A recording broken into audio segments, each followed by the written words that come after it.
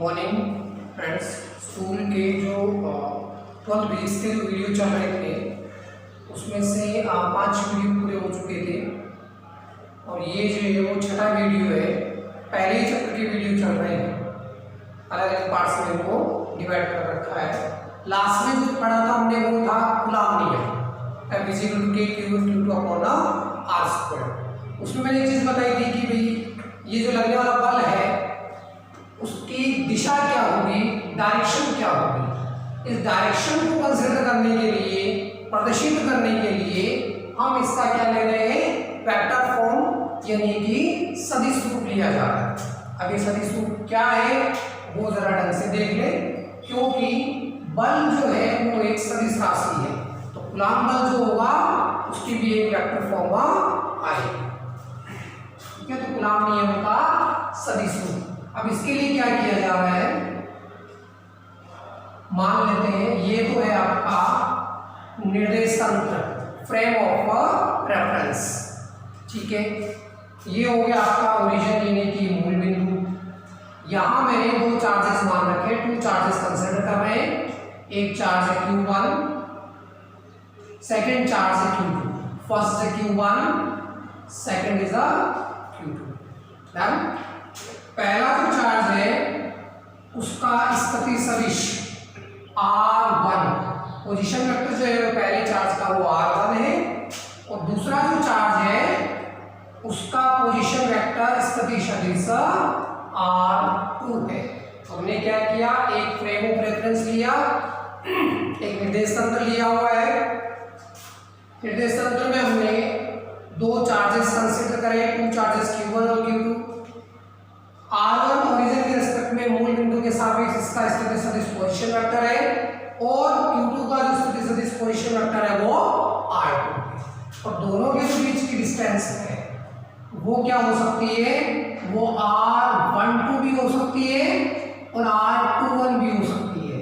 अब डिपेंड इस बात पे करेगा कि आप फोर्स की डायरेक्शन कौन सी लेना चाह रहे हैं। आप 1 से 2 की तरफ फोर्स ले रहे हैं या 2 से 1 की तरफ फोर्स को ले रहे हैं, बल को ले रहे हैं।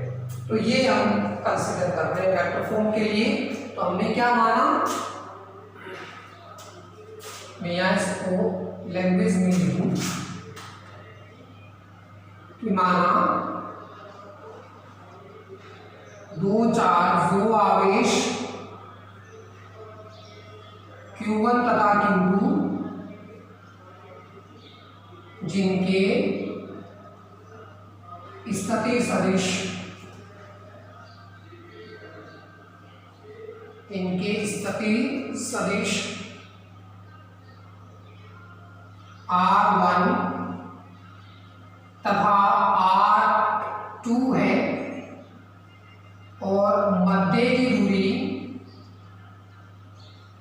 R12 या R21 है। ठीक है, भी हमने क्या करा है, दो चार्जेस को कंसीडर किया है। दो चार्जेस के जो R1 और R2 है वो स्थिति सदिश पोजीशन वेक्टर मैंने माने हैं, और इनके बीच की जो डिस्टेंस है दूरी है वो R12 या R21 मानी है। अब हम कूलॉम बल में पढ़ चुके हैं, कूलॉम फोर्सेस में कि आवेश एक दूसरे पर बल लगाते हैं। तो जो Q1 होगा वो Q2 पर बल लगाएगा, Q2 जो होगा वो Q1 में बल लगाएगा, यानी Q1 Q2 पे फोर्स अप्लाई करेगा, Q2 Q1 पे फोर्स अप्लाई करेगा। कितना आएगा वो हम कैलकुलेट कर सकते हैं। तो we consider 2 charges position vector R1 and R2 and separated by distance R12 और R21। ठीक है, तो दोनों आवेश एक दूसरे पे बल लगाए। मैं पहला लिख रहा हूं Q1 द्वारा, ध्यान रहे Q2 पर force 8Q2 due to Q1। ठीक है, Q1 द्वारा Q2 पर बल, यानी कि पहला इससे बल लगेगा, दिशा कौन सी रखिएगा, ये इसको मैं नाम दे देता हूं F21, यानी एक के द्वारा दो पे लगाया गया बल। कूलाम बल से फॉर्मूला वही लेना है, F21 के Q1 Q2 upon R square. लेकिन ध्यान रहे क्या R का सीधा स्क्वायर नहीं हो पाएगा, वह नहीं कर सकते क्योंकि R यहाँ वेक्टर में है। तो हमें क्या लेना, उसका परिमाण इन मैग्नीट्यूड, फिर उसका स्क्वायर हम कर सकते हैं। तो डिस्टेंस आ गई R21 मोड और स्क्वायर। अब ये बल है तो बल की दिशा भी होगी, दिशा किस तरफ है, 1 से 2 की तरफ। साथ में आ जाएगा R21 कैप। ये कहलाता है यूनिट वेक्टर, एकांक सदिश। ठीक है, अब देखिए हम जानते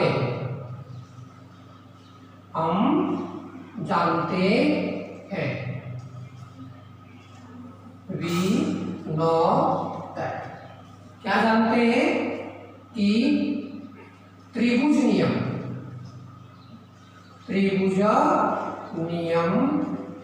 कौन सा, वेक्टर ट्रायंगल लॉ 11th में था।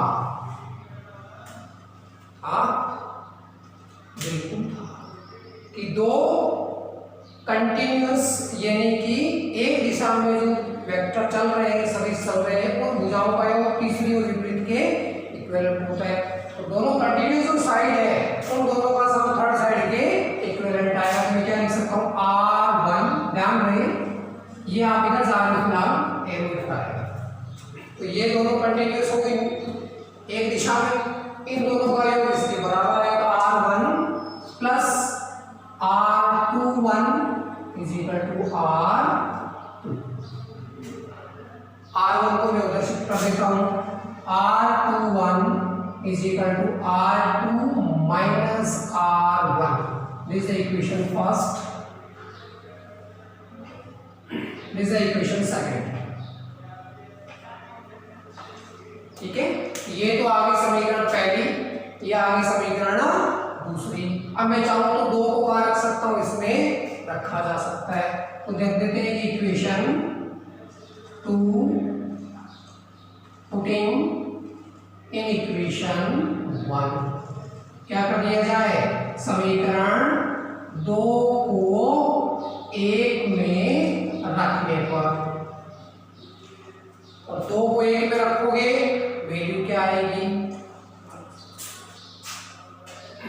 तो इसके लिए मैं वैल्यू यहां लिखूंगा। ठीक है, तो क्या लिखा जा सकता है कि F21 is equal to K Q1 Q2, ये अपनी जगह है दोनों। ये वैल्यू में यहां रखा हूं, मोड क्या हो जाएगा, R2 माइनस R1 का होल स्क्वायर R21 क्या, ये इक्वेशन नंबर 3। ठीक है, अब इसको एक बार वापस आएगा, अभी कंप्लीट नहीं हुआ है ये, अभी चलेगा। तो सदिश रूप में क्या किया गया, दो चार्जेस को हमने कंसीडर किया, R1 और R2 के मैंने सदिश पोजीशन वेक्टर मान रखे हैं, बीच की डिस्टेंस R12 या R21 है। ये चार्ज इस पे फोर्स लगाएगा, ये इस पे लगाएगा। पहला हमने कराया कि Q1 द्वारा Q2 पर बल, पहले ये इस पे बल लगा रहा है, तो ये जो लिखा है Q1 कंफ्यूज मत होना, इसका मतलब है एक द्वारा दो पे लगाया गया बल, यानी कि फोर्स एट 2 ड्यू टू 1, तो force at Q2 due to Q1 charge, ये वैल्यू है मेरे पास कूलाम फोर्स है। ये मैंने आपके त्रिभुज नियम जो है, सदिश नियम, एक मिनट, त्रिभुज, यहां एक पॉइंट लिख देना, सदिश नियम, वेक्टर फॉर्म, वेक्टर ट्रायंगल्स में जो था वो आपका ये था। तो R21 की जो वैल्यू है वो मैंने इसमें स्क्रीनशॉट अगर लेना चाहे आप तो आप इसका ले सकते हैं, नहीं तो फिर इसको आगे कंटिन्यू करें।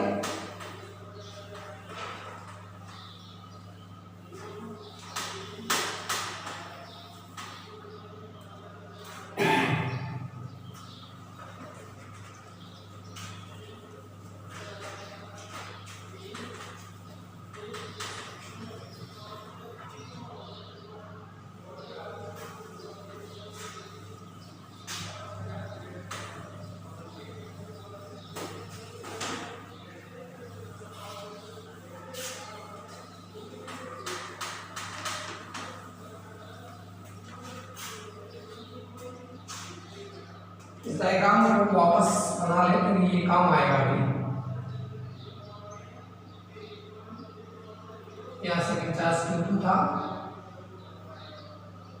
एरो यहाँ है, ये ओरिजिन है।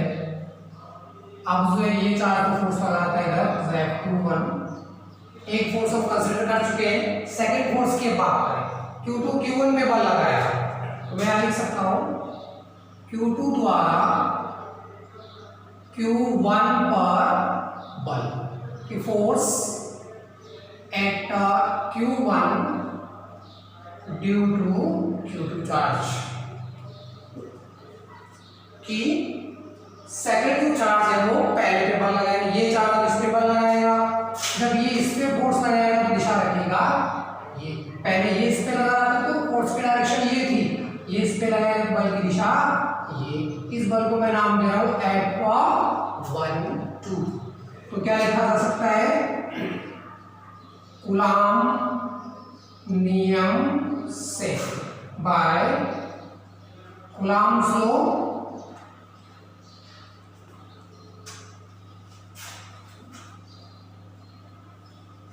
F is equal to K12 Q1 Q2, value वो की वो है, बदलेगा क्या, बीच की डिस्टेंस R। अब आप इधर जा रहे हो, डिस्टेंस बीच की क्या हो जाएगी R21,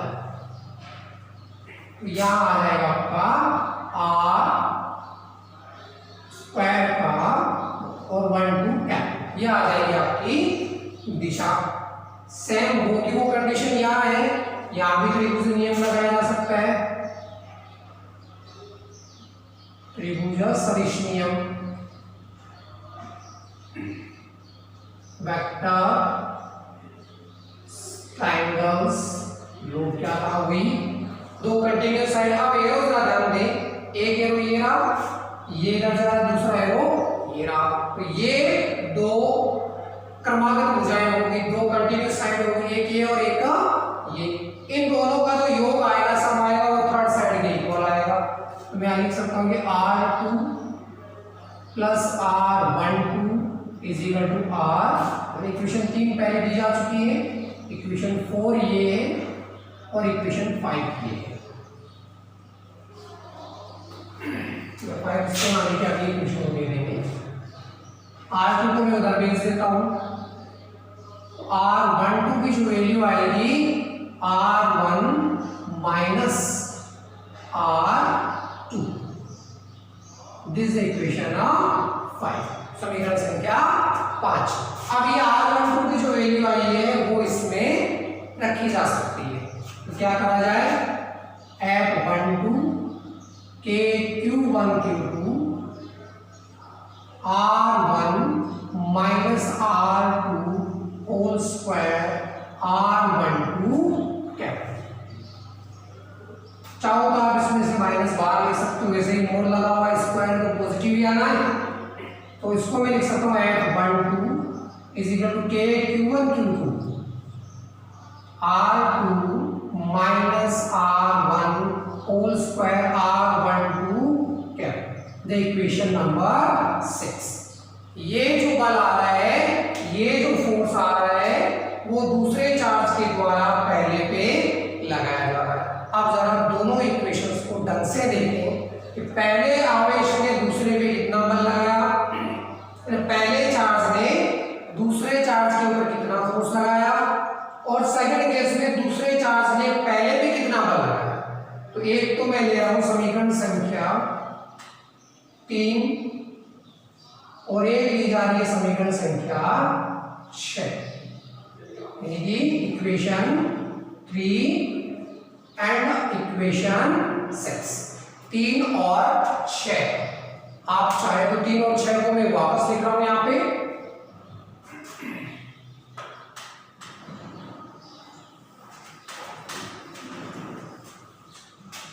इक्वेशन 3 जो लिखी गई थी वो इक्वेशन ये थी, F21 में वापस लिखा हूं यहाँ, इक्वेशन 3 जो है वो आई थी K Q1 Q2 R1 R2 minus R1 whole square R21 cap, यही था। फोर्थ इक्वेशन आपकी ये रही। तो इक्वेशन 3 और 4 आई हुई है। अब आप इसको कंसीडर करें कि दोनों के रिजल्ट्स क्या आए हैं। समीकरण संख्या 3 और एक है समीकरण संख्या 6 नंबर की जो इक्वेशन आई है वो दोनों में सिमिलरिटीज क्या है। इक्वेशन नंबर 3 और इक्वेशन नंबर 6 वो भी मैं यहाँ लिख देता हूँ। समीकरण संख्या 6 भी F12 के Q1 Q2 R2 minus R1 mode square R12 cap, ये इक्वेशन 6। 3 और 6 को जरा कंपेयर करके देखें, दोनों में क्या समानताएं यहाँ बनती है। K Q1 Q2 K Q1 Q2 ये वैल्यू सेम है दोनों में। अपोज में आया हुआ R2 माइनस R1 मोड का स्क्वायर, ये वैल्यू भी सही है, दोनों में सेम है। इसका मतलब इन दोनों बलों का जो मान आ रहा है, दोनों बलों का जो मैग्नीट्यूड है, वैल्यू है, वो दोनों की सेम है। ये तो डायरेक्शन है साथ में, ध्यान रखें। ये दोनों की वैल्यू क्या आ रही है, सेम आ रही है। इसका मतलब क्या हुआ कि दोनों बल आपस में क्या होंगे, बराबर। जितना बल Q1 Q2 पे लगाएगा उतना का उतना ही बल Q2 Q1 पर भी लगाएगा। दोनों बलों का मान बराबर होगा। Both charges are applied the same forces. Q1 Q2 पे लगाएगा उतना का उतना ही फोर्स Q2 Q1 पर भी अप्लाइड करेगा। दोनों की वैल्यू क्या है, सेम, बट एक मेजर चेंज है, डायरेक्शन दोनों की अलग अलग आ रही है। डायरेक्शन दोनों की अलग अलग कैसे है, पहले में फोर्स आ रहा है 1 से 2 की तरफ, यानी दिशा ये है डायरेक्शन। दूसरे में आ रहा है 2 1, यानी कि दिशा ये है। तो दोनों बलों के मान बराबर होंगे, लेकिन डायरेक्शन जो आएगी वो दोनों बलों की डिफरेंट होगी। तो लास्ट में रिजल्ट क्या लिखा जा सकता है, 3 और 6 के साथ में ये डेरिवेशन का ध्यान रहे, नोट डाउन कर लेना इसको अलग से नोट्स में।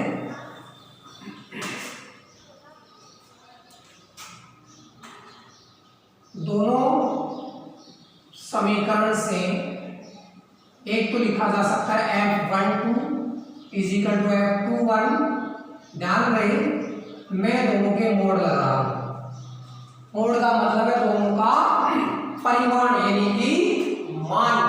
दोनों बलों के मान आपस में क्या है, बराबर है। तो यहां लिखा जा सकता है कि दोनों आवेश एक दूसरे पर परिमाण में समान बल लगाते हैं। Both charges are applied force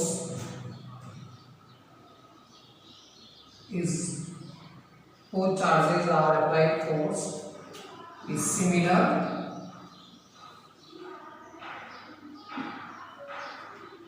तो दोनों का जो बल आएगा वो क्या आएगा, समान आएगा। लेकिन परंतु दोनों बलों की दिशा एक दूसरे के विपरीत है, एक दूसरे के विपरीत है। तो दोनों जो फोर्सेस लग रहे हैं, but both forces are opposite to each other। दोनों एक दूसरे के क्या रहेंगे, अपोजिट रहेंगे। बल दोनों के इक्वल है, तो मैं यहां लिख सकता हूं कि R12 इक्वल टू R21, लेकिन साथ में क्या आ जाएगा, माइनस। तो ये इसकी वेक्टर फॉर्म है। अब बोर्ड ने कई बार ये सवाल पूछ रखा है, थोड़ा सा घुमाया हुआ है सवाल को, कि सिद्ध कीजिए कि कूलॉम बल जो है वो न्यूटन की गति के तीसरे नियम का पालन करता है। आपको क्या प्रूव करना है कि कूलॉम फोर्स जो है वो Newton third law of motion को फॉलो करता है, ये आपको बताना है। तो थर्ड लॉ ऑफ मोशन क्या था? एक्सीलरेट रिएक्शन का, कि जितना बल एक वस्तु दूसरे पे लगाते हैं उतनी की उतनी दूसरी वस्तु पहले पे सेम जी तो आ रहा है, वैल्यू बराबर है, डायरेक्शन दोनों की क्या रहती है? अपोजिट है। तो मैं यहां लिख सकता हूं कि कूलॉम बल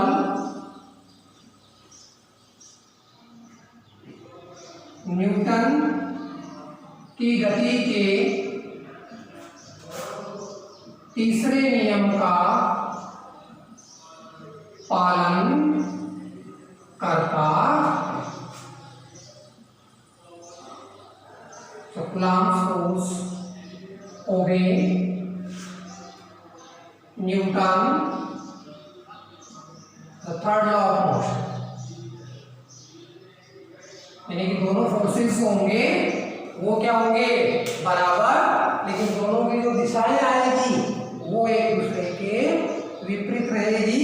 तो मैं ये कह सकता हूं कि दोनों बल जो होंगे वो क्या करेंगे? मान में बराबर और दिशाओं में एक दूसरे के विपरीत होंगे और न्यूटन की गति के तीसरे नियम का पालन करेंगे।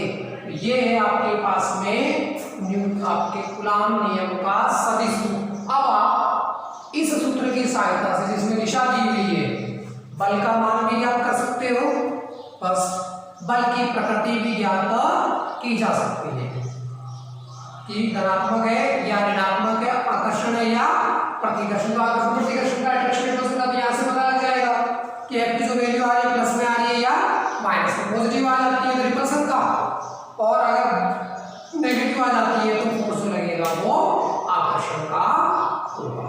तो ये था आपके कूलॉम नियम का सदिश सूत्र। अब जो है इस पे आधारित कुछ न्यूमेरिकल्स है जो कि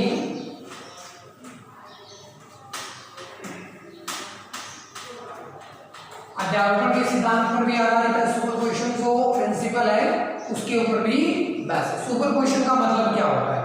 पहले हमने केवल दो आवेश कंसीडर किए, अब जो है वो ये कह रखे हैं कि भी मान लो हमने कोई निकाय ले लिया, एक सिस्टम ले लिया और उस सिस्टम में बहुत सारे आवेश हैं, दो ना होके मल्टीपल चार्जेस जो है वो प्रेजेंट हो, तो उसमें आपको बल कैसे ज्ञात करोगे? ये तो बात केवल दो की हुई। मान लो एक कंटेनर में ले लेता हूं, लास्ट कोर्स आप ब्रीफिंग ले लेते हैं आगे वाले चैप्टर की।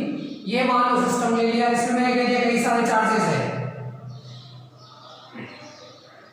अब ये तो हमें कंफर्म है कि सारे आवेश एक दूसरे पे बल लगाते हैं। मैंने ये कह दिया ये एक आवेश है Q1, ये Q2, Q3, Q4, Q5, Q6, Q7, Q8, और मैंने ये कह दिया कि इस आवेश पे कितना बल लग रहा है, इस चार्ज के ऊपर कितना बल लग रहा है। तो हमें ये तो पता है सारे आवेश बल लगाएंगे, Q2 भी अप्लाइड करेगा, Q3 भी अप्लाइड करेगा, Q4, Q5, Q6 जितने भी आवेश इसमें उपस्थित है सारे इसमें बल लगाएंगे। तो बल का मान क्या होगा? ये मान ज्ञात करने के लिए हमें अध्यारोपण सिद्धांत सुपरपोजिशन प्रिंसिपल की आवश्यकता होती है। तो उसमें क्या करोगे? सारे के फोर्सेस निकाल लो और सबका वेक्टर सम करना है, सदिश योग, अदिश योग नहीं। ठीक है, तो ये होगा आपका अध्यारोपण का सिद्धांत। नेक्स्ट में जो आएगा आवेशों का अध्यारोपण का सिद्धांत। Thank you.